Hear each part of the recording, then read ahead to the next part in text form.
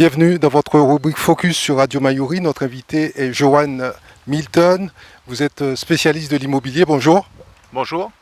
Merci beaucoup d'avoir accepté notre invitation. Pendant ces derniers mois, le marché de l'immobilier était à l'arrêt. Qu'en est-il aujourd'hui? Alors, il est un petit peu à l'arrêt, mais principalement sur la transaction immobilière, sur les ventes qui sont ralenties. Après, c'est vrai que c'est un phénomène qui est national, qui touche également nos territoires. Et donc, effectivement, la vente est un peu au ralenti. Pas sur tous les biens, parce qu'aujourd'hui, il y a des ventes quand même qui se font sur des appartements, sur des petits investissements. Et puis, effectivement, à l'arrêt, beaucoup plus sur les maisons d'une certaine taille et d'un certain prix. Alors, les taux d'intérêt, c'est ce qui bloquait les transactions. Est-ce que les taux ont baissé? Alors, il baisse légèrement, donc on observe des petites baisses de 0,10 points par mois. On est autour des 3,60 et 3,80 en taux fixe. Et puis après, derrière, il faut ajouter les assurances, etc. Donc, effectivement, ça reste quand même élevé malgré le fait qu'il y a des éclaircissements sur la baisse des taux. Certains propriétaires ont préféré mettre leurs biens en location que de les vendre. Est-ce que cette stratégie, vous avez observé un certain changement? Alors oui, c'est vrai que quand c'est possible, parce que lorsque vous avez des cas de vente obligatoire, on parle de mise sous succession, on parle de séparation, de divorce, voilà, plein de cas qui fait que la vente, elle arrive, et on n'a pas le choix. On n'a pas le choix, ou bien des biens avec beaucoup de travaux aussi. Ou alors, voilà, on a des cas, effectivement, lorsque le bien il est propre, il est bien meublé, et donc du coup, on n'arrive pas à vendre. Donc c'est une solution de basculer dans la phase location en nu en meublé. Et là, du coup, le scénario un peu inverse, c'est que là, on a de la demande qui est assez forte sur le territoire. Et donc, on arrive à tirer son épingle du jeu de ce côté-là. Quel est le ratio entre le nombre de mandats que vous rentrez et le nombre de ventes que vous réalisez globalement? Alors là, on est sur un marché qui est assez inversé, c'est-à-dire qu'on rentre beaucoup de biens à vendre. Et du coup, comme ils restent en portefeuille, on n'arrive pas à les sortir aussi vite, donc ils se cumulent. Donc effectivement, bon, je pense que chaque agent immobilier a son ratio de vente, mais globalement, selon la surface de biens qu'on a à vendre, on va dire que globalement, on arrive à sortir aujourd'hui 10%, contrairement à d'autres périodes où on sortait quasiment plus de 60%, ça rentrait à la vente, ça sortait tout de suite. Voilà. Comment explique-t-on ce phénomène? Alors vous l'avez évoqué dans un premier temps, c'est le phénomène de l'augmentation des taux qui a réduit la capacité financière des acheteurs. Ensuite, on est sur un marché aussi assez élevé sur le prix de l'immobilier en Guyane. Donc du coup, il y a eu cette disparité entre le prix qui a été beaucoup à la hausse et les taux d'intérêt qui ont augmenté. Tout ça a créé des écarts. Et donc pour que le marché se régule, il faut que les prix baissent à la vente. C'est un scénario qui a commencé à se produire sur certains biens. Et puis aussi, on voit le scénario sur la négociation. Il y a de fortes négociations de certains acheteurs. Alors, soit le vendeur, il accepte, ou soit il dit qu'il va attendre, parce que voilà, lui aussi, il a aussi un bien immobilier à essayer de valoriser, à essayer de vendre à son meilleur prix.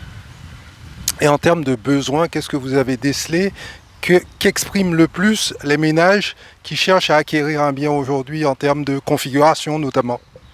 Alors moi, le cas classique, c'est la villa. Bon, lorsqu'on parle surtout de ménage qui est constitué au moins de 2 personnes, donc la villa classique sur l'île de Cayenne, et puis selon leur budget. C'est vrai que comme leur budget a diminué, donc aujourd'hui, quand on a un budget de 300 000, on a du mal à acheter une propriété villa sur Rémiremont-Joly ou encore sur Cayenne.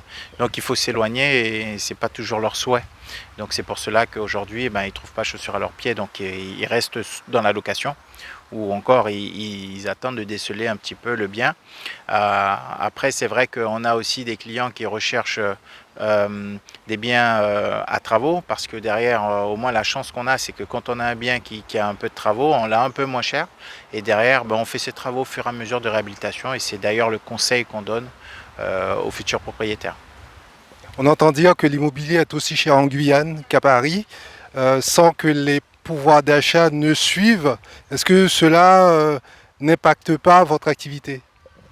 Alors, Pas à Paris, parce qu'à Paris, c'est environ 10 à 15 000 euros le mètre carré. Ici, on est autour de 3 200 euros le mètre carré sur de la villa. En tout cas, le département le plus cher des Outre-mer, des DOM et des DROM. Alors oui, on pourrait le dire aussi. Après, il faut bien comparer, hein, parce qu'on a des prix assez élevés aussi aux Antilles et à La Réunion. Donc en fait, vraiment, par contre, on a un prix au mètre carré élevé, ça il faut le dire, parce que c'est la rareté du produit. Et tout le monde aujourd'hui est concentré sur cette demande qui est axée île de Cayenne, qui fait que bon, il n'y a pas pour tout le monde. Et donc on est obligé, les prix augmentent sur cette zone. Et quand bien même que parfois les prestations elles sont pas tout à fait au fait des choses, et donc les gens, les acheteurs, ils disent ah ben oui, à ce prix m'acheter ça, etc. Donc c'est un contexte effectivement immobilier qu'on a sur l'île de Cayenne. Après c'est vrai qu'en s'éloignant, on a des propriétés à 220 200 000 euros en allant un petit peu plus loin. Certes Marcoria, certes parfois Paramana, l'extrémité de Maturi, l'extrémité aussi de Roura. Donc on a des possibilités, mais encore faut-il vouloir s'éloigner. Vous êtes directeur d'agence, est-ce que vous pouvez nous parler de votre parcours? Alors oui, tout à fait. Moi j'ai un parcours un peu atypique, hein, puisque moi j'ai fait mes études dans l'expertise comptable, et en 2012 je me suis complètement réorienté. Je suis devenu mandataire immobilier au sein d'un réseau qui s'appelle Capifrance, dans lequel j'ai passé 11 ans de ma carrière. J'ai passé de très très belles années en tant que mandataire indépendant, et donc j'ai voulu effectivement poursuivre cette passion qu'est l'immobilier, et donc j'ai décidé d'ouvrir ma propre agence, qui est une agence immobilière indépendante. Sous la marque de Milton Immobilier, on a créé une marque avec effectivement cette mixité entre l'agence immobilière traditionnelle et les atouts que comporte le réseau de mandataires. Donc une ADN propre à Milton Immobilier, et donc voilà, qui existe depuis maintenant 1 an et quelques mois. Est-ce que c'était pas préférable d'intégrer un réseau? Alors moi je ne l'ai pas voulu parce que en fait je faisais partie déjà d'un réseau national, je connais les avantages et les inconvénients aussi. Et ce que je voulais effectivement, c'était être beaucoup plus proche de notre réalité de marché, d'avoir une communication adaptée à notre marché, d'être vraiment proactif. L'avantage d'un réseau, c'est certes d'avoir une image de marque forte nationale, mais l'inconvénient aussi, c'est qu'on peut difficilement bouger les virgules sur nos territoires. Et il faut le dire, on a des différences entre la métropole et ici, et ça reste des réseaux nationaux. Donc aujourd'hui, on a plutôt pris le pari avec mon associé, avec mes salariés, de pouvoir créer notre identité et notre leitmotiv vraiment adapté à notre territoire. Les Guyanais sont quand même peu représentés dans l'immobilier en Guyane. Est-ce que c'est pas un manque d'information, de formation? Alors, je pense que ça a avant été le problème de la formation, hein, vous l'avez dit, parce que ce n'est que récemment qu'on a pu avoir naître des filières de BTS en profession immobilière. Aujourd'hui, moi j'ai par exemple 3 BTS en profession immobilière, dont aucun ne fait sa formation en Guyane, donc ils sont à distance, hein, sur des réseaux nationaux, et ils sont effectivement sur le terrain en formation en alternance avec nous.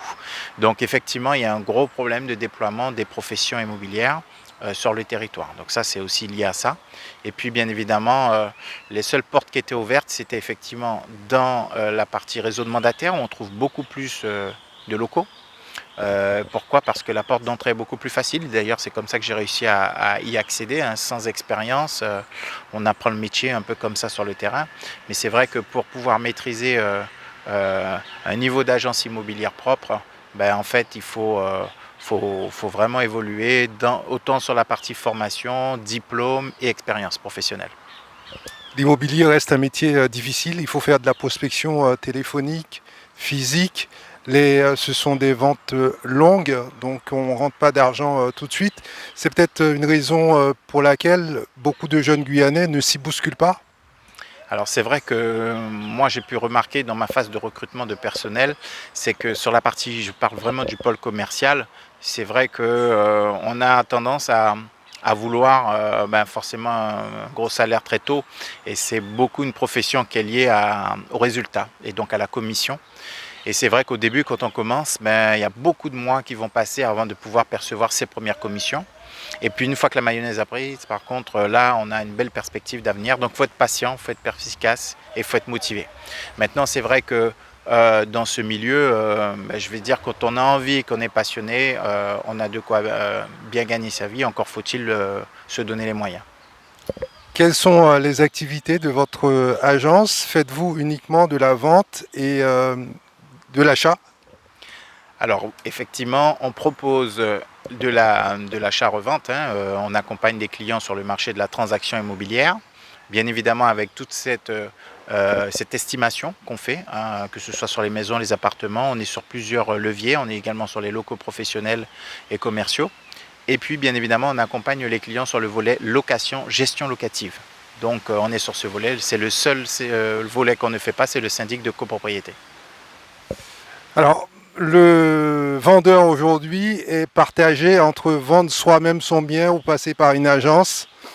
Vous, quelle est votre analyse de cette situation avec le numérique et des sites également qui ont pignon sur rue? Les gens se croient tous, quelque part, agents immobiliers. Est-ce que c'est une bonne chose?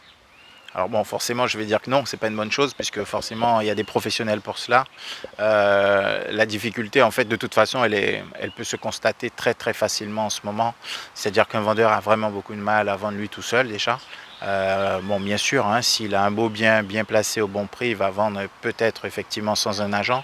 Mais aujourd'hui, c'est vrai que ça demande énormément de connaissances et de compétences à chaque étape. Et lorsqu'on le voit déjà sur la partie estimation, comment le prix est fixé, ça c'est un premier point. Ensuite, la qualification de l'acquéreur.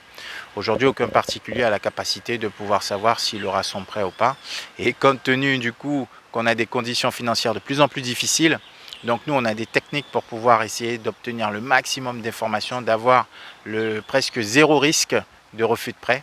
Alors, c'est pas tout le temps évident, mais en tout cas, on diminue énormément ce risque d'arriver au bout de la transaction, d'aller, voilà, et en plus en passant par toutes les formalités administratives, euh, les règles d'urbanisme qui dans beaucoup de cas ne sont pas respectées, donc on remet tout ça à niveau et qui crée en fait ce sentiment de transparence pour l'acheteur et pour le vendeur aussi, qui se sont accompagnés. Et finalement, je pense que c'est le meilleur compromis. Il faut se dire les choses, hein. Souvent, on préfère vendre son bien pour ne pas verser des honoraires aux agences, parce que les honoraires sont libres. Et là-dessus, vous, quelle est votre politique? Alors ma politique, c'est qu'aujourd'hui, on n'est pas les moins chers en termes d'honoraires, mais on n'est pas les plus chers non plus. On se situe dans la moyenne du marché.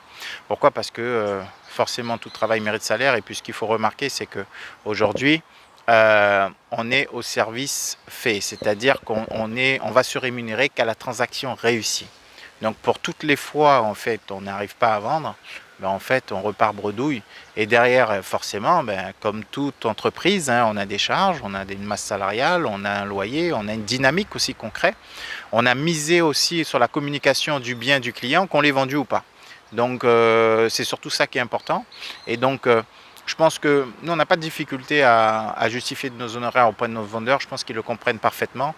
Et ça se passe, lorsqu'on arrive au bout, ça se passe toujours très bien, puisqu'il n'y a pas de raison. Quelle est la place du numérique dans le développement de votre agence? Alors nous, c'est vrai qu'elle est au cœur de notre agence, parce qu'on a un développement marketing digital très poussé à Milton Immobilier. C'est un peu son ADN d'ailleurs.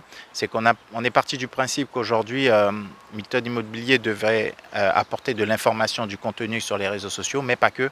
On est aussi très présent sur le terrain. On va beaucoup à la rencontre des gens, on fait des opérations spontanées, que ce soit sur le marché, que ce soit sur des spots. Et puis on adore la vidéo. J'ai une équipe fantastique de jeunes et de moins jeunes, mais en tout cas qui adorent le numérique. On fait des choses de plus en plus innovantes. On fait de la visite immersive, on fait du drone, on refait des plans 2D pour les clients. On fait de quoi en fait apporter toutes les informations à l'acheteur, et puis aussi montrer notre compétence et notre savoir-faire. Quels sont vos projets de développement sur le territoire? Alors, les projets, ben, ils sont imminents. On s'installera dans quelques mois sur Saint-Laurent, puisqu'on a récupéré de la gestion locative. Et donc, voilà, on a l'intention de s'installer pour pouvoir développer et accompagner toutes les personnes en tout cas qui veulent faire appel au service de Milton Immobilier, en relais avec le siège qui est à Cayenne. Et pour nous, c'est déjà un gros challenge au bout d'1 an et demi qu'on se développe déjà sur d'autres communes et ça reste intéressant. Donc il y a beaucoup de clients déjà qui nous font confiance dans l'Ouest, donc on a hâte d'y être. Quelle analyse faites-vous du marché de l'immobilier? Est-ce qu'il y a encore une marge de progression? Où se situe le marché? Il est encore en croissance? Alors aujourd'hui, ce qui est bien, c'est qu'en fait en Guyane, on a une chance incroyable, c'est qu'on est toujours en phase de développement. C'est-à-dire qu'on a analysé les chiffres sur 10-15 ans, les chiffres sont en constante augmentation sur l'aspect du prix de l'immobilier, sur le nombre d'offres à proposer, quand bien même qu'elle est insuffisante parce que la demande est forte, mais il y a énormément de perspectives.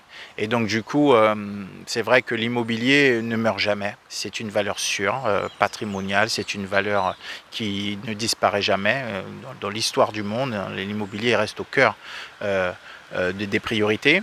Et donc du coup, même si au niveau national et même ici, nous sommes sur une phase un peu baissière qui stagne, elle va forcément augmenter. Et d'ailleurs, je vous dirais, c'est la meilleure phase pour les investisseurs aujourd'hui qui veulent acheter de l'immobilier à prix certes réduit, mais ils croient en l'avenir, on croit en la croissance, de pouvoir faire de la réhabilitation des travaux. Parce que le gros avantage en Guyane, c'est qu'on a un marché locatif. Bon, mais tant mieux pour les bailleurs et moins bien pour les locataires, c'est que les loyers sont assez élevés. Et donc, dans le cadre d'une rentabilité, du coup, les investisseurs, ils gagnent plutôt pas mal. Voilà. Maintenant, bien évidemment, il faut savoir gérer, encadrer cette filière de la location. C'est pour ça que Milton Immobilier aujourd'hui apporte ce savoir-faire et cette compétence sur la gestion locative, un peu dynamique et très proche des bailleurs et des locataires pour pouvoir en fait résoudre forcément les incidents, les problèmes d'impayés, prévenir le risque et puis toujours aller de l'avant. Quel est le profil de votre client type? Alors je dirais qu'il n'y en a pas, hein. Franchement, on a autant la mamie qui nous demande de mettre son bien à la vente parce que elle veut vendre, il n'y a pas de projet de succession ou d'héritage à transmettre. Autant on aura les jeunes hyper dynamiques qui demandent à louer leur premier appartement T2. Autant on accompagne des familles qui ont perdu un proche et donc ils sont sur la phase succession et donc on doit vendre le bien de la famille. Franchement, c'est vraiment ouvert. Autant on a les professionnels qui nous demandent de louer des locaux, qui créent de nouveaux locaux, des nouvelles cellules, des entrepôts, des locaux commerciaux et ils nous demandent de les mettre à la location. En fait, il n'y a pas de limite. Voilà. Le capital confiance reste l'élément central, déterminant dans le processus de vente ou la tchatch, ça marche encore, ça marche aussi un peu. Alors je ne sais pas si ça marche pour moi, non, hein, parce que en fait derrière la chat il faut qu'il y ait du contenu, hein, il faut qu'il y ait de la technique, il faut qu'il y ait de la confiance. Donc pour moi oui c'est le capital confiance, mais comment le client va considérer qu'il est en confiance, mais c'est en fonction des éléments qu'on va lui donner. Et puis c'est cet esprit un peu très pédagogique de lui montrer ça commence où, ça finit où, lorsqu'il y a des problèmes ou des situations difficiles, qu'est-ce qu'on fait, comment on réagit, et puis de l'accompagner au fur et à mesure. Donc le capital confiance, je dirais, il se gagne, hein. Johan Milton, merci. Merci à vous pour cet entretien.